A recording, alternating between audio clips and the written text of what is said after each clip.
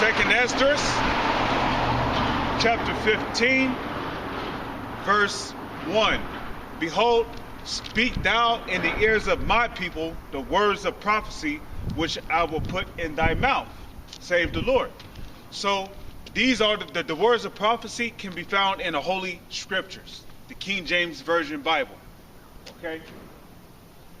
And like it tells you in Revelation chapter 19, verse 10, the Spirit of the Lord is the spirit of prophecy. And, you know, the day of the Lord is a part of prophecy. But again, a lot of people have a lot of misunderstanding, and there's a lot of misinformation going out on the day of the Lord. You know, you got some people who say that when Yahushua come back, you know, the souls that are in hell, that they're going to be liberated. You know, it's just all kind of madness. You know, first off, there's no such place as hell. There's no such place where people's spirits just sit in fire and they're just burning forever. Do not the scriptures say that the Lord is a merciful power? Okay? Hell is a condition, like the grave, for an example. When you're suffering, you're going through hell. That's hell. Hell is when you're suffering. Okay? Like there's a saying that used to go amongst their people, I believe in the early 1900s, the so-called white man's heaven is the black man's hell. Remember that? When the so-called white man is in his rulership, then we're the ones that's catching hell, because the wicked is in rulership and everything is all out of course. Okay, but the day of the Lord is prophecy, you know, and this is one of the future prophecies that are prophesied of in the Old Testament, which have yet to happen. You know, the day of the Lord is spoken of many times in the Old Testament.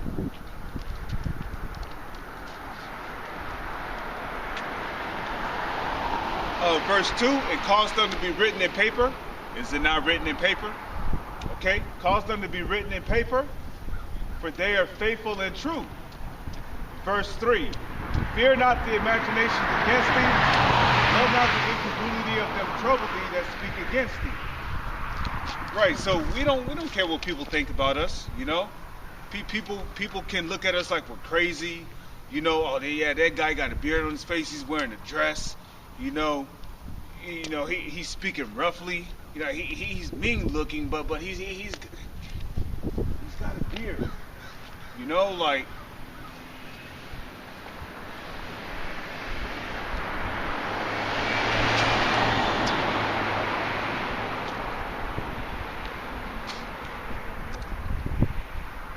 You know? So,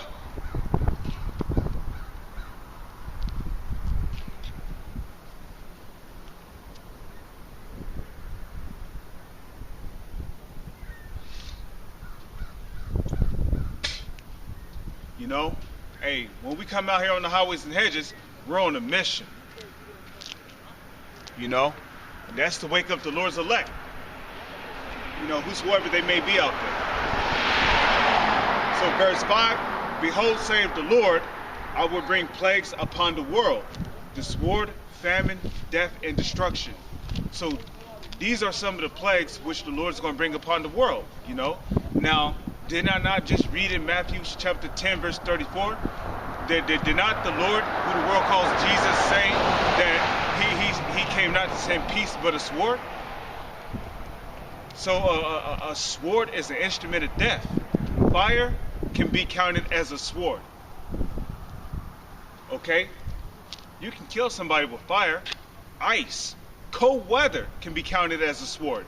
You know, you can freeze to death if you stand out here too long without the warm, proper clothing. You know? Poison can be considered a sword. Okay? If poison sits in your body too long, it can kill you. Now I'm talking, no, there's different levels to poison. You know, GMO foods can be counted as poison because it doesn't benefit your body, it only destroys it. But I'm talking about poison from like serpents, you know? That can kill you.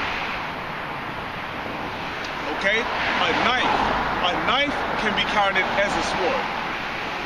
Okay? A knife can be counted as a sword.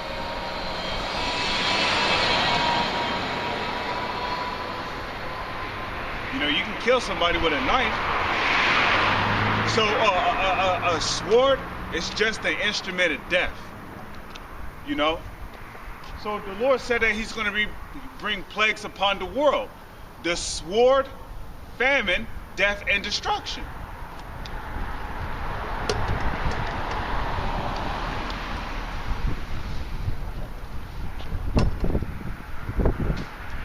Okay? The sword, famine, death, and destruction. That's what's coming to the world. Okay? Now, the modern day sword today will be the gun. That's the modern day sword. Obviously, a gun was not created, you know, to play around with, you know, to toss it back and forth with people, you know, to play ball with, you know, you hoop with it. Nah, a gun was created to kill people. It was used to dispatch people. Okay? It was used to wound people. Okay, and Salakia, man, this piercing cold wind is blowing towards me. So the Lord said he's going to bring plagues upon the world, the sword, famine, death, and destruction, okay? He's going to bring plagues upon the world. Now, another form of the sword would be those bombs, okay? Whether if it's a atomic bomb, a nuclear bomb, a hydrogen bomb.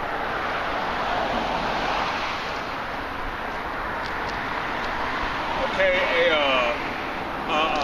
because you know Russia, they also got bombs that have the same impact as a nuclear bomb, but it doesn't release as much radiation.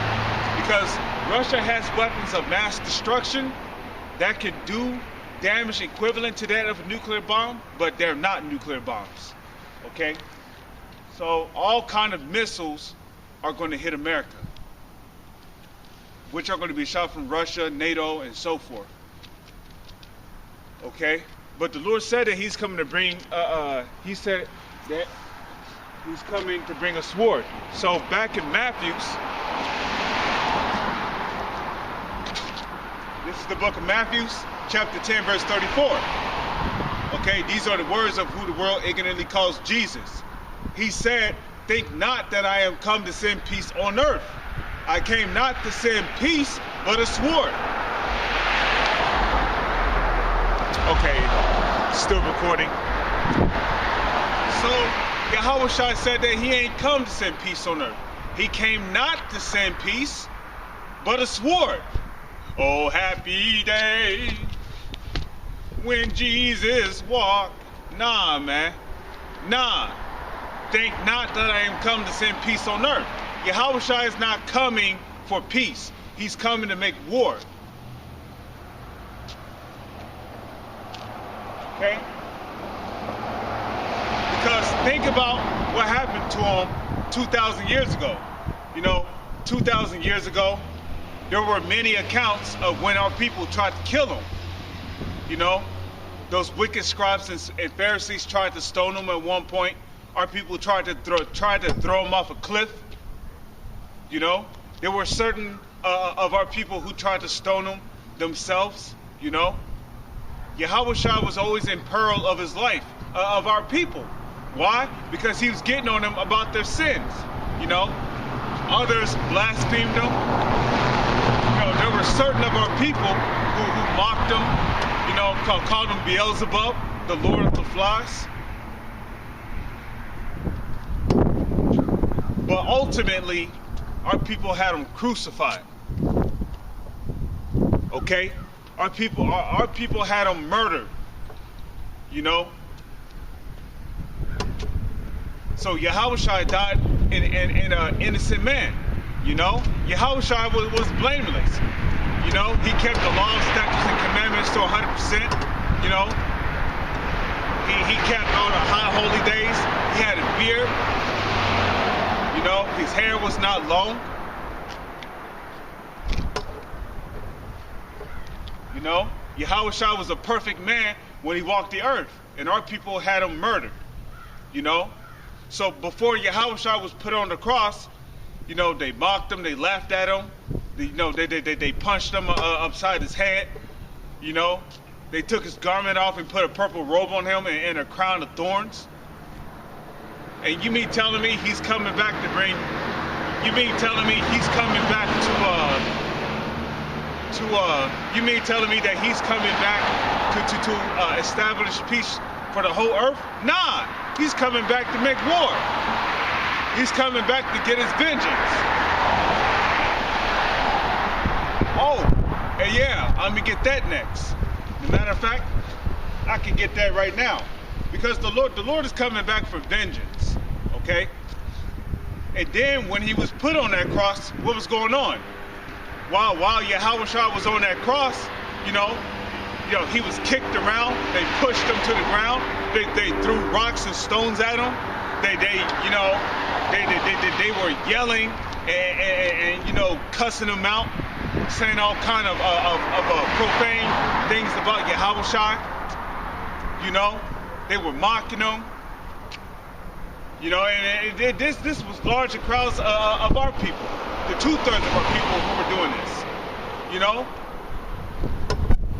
and then ultimately, you know, Yahushua was whipped on the back. You know, he was whipped on the back. You know, they broke his bones, and then his face was messed up so bad beyond recognition that he couldn't be recognized. And then after all that, then you know, they nailed his hands to the cross and his feet to the cross, and then they erected his cross and just left him hanging there to suffer and die. You know, so lucky if I'm getting all worked up, man, but I mean, I get angry. I get angry and, you know, a little emotional talking about it sometimes, man, because, you know, that was dirty how they did Yahushua, man. Okay. But motherfuckers over here talking about some old happy day. Well, nah, man. There ain't no happy days coming. Yahushua is coming for vengeance and to destroy and to deliver his elect men.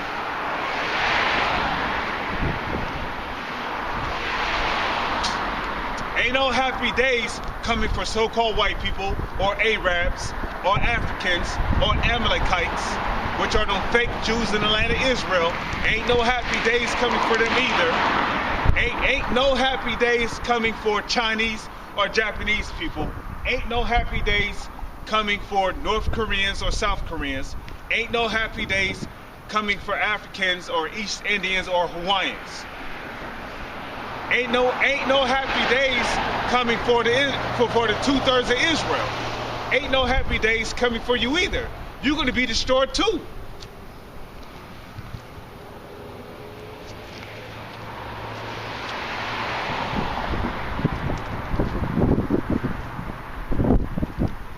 Talking about some old happy day when Jesus walked. Nah, man. That's why the Lord has set up teachers to properly break down the Holy Scriptures. This is the book of Isaiah, chapter 63, verse 1. It says, "Who is this that cometh from Edom with dyed garments?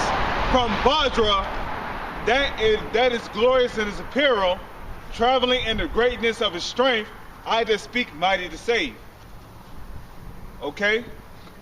"Wherefore art thou red in thine apparel?" Right. What color is blood? Blood is red. So Yahushua is coming back for blood.